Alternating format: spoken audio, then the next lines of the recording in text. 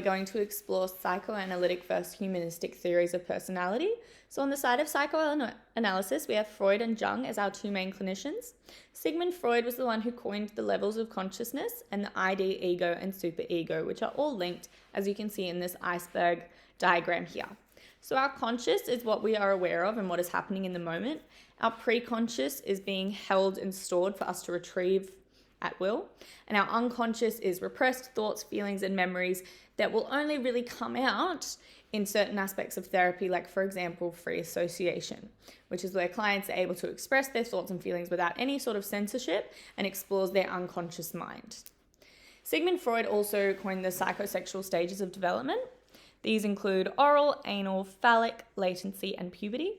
Within these psychosexual stages, there are certain aspects of fixation. So fixation, for example, in the oral phase is on sucking and feeding. The anal phase focuses more on the anus and the bowel, and the phallic phase on the genitals. So for example, clients would often, if going through something in their unconscious, they would regress and experience a regression through their psychosexual stages of development. Carl Jung is the one who coined collective unconscious and archetypes. They're quite similar. The collective unconscious are shared and inherited ideas across human condition, and an archetype is a universal recurrent pattern of behavior, characters, themes, symbols. They're fundamental aspects of human culture across time. So if we look at the humanistic approach, Maslow and Rogers had a lot of focus on person-centered therapy, which is where he came to uncover empathetic understanding as a clinician tool.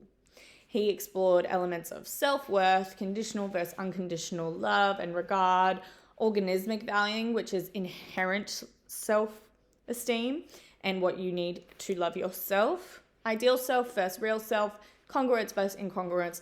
These are going against being genuine and being what is your real self. When you are within that real self and being congruent, you are a fully functioning person. And to connect to Maslow, the fully functioning person reaches self-actualization.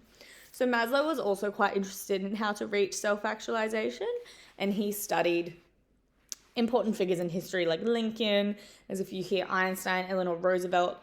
A modern day example would be someone like David Attenborough. And these people often have peak experiences which are profound emotional experiences that are often experienced to be spiritual or transcending, and these are what lead them to self-actualization. And this is actually the top of Maslow's hierarchy of needs to become a fully functioning person who is self-actualized. Thank you.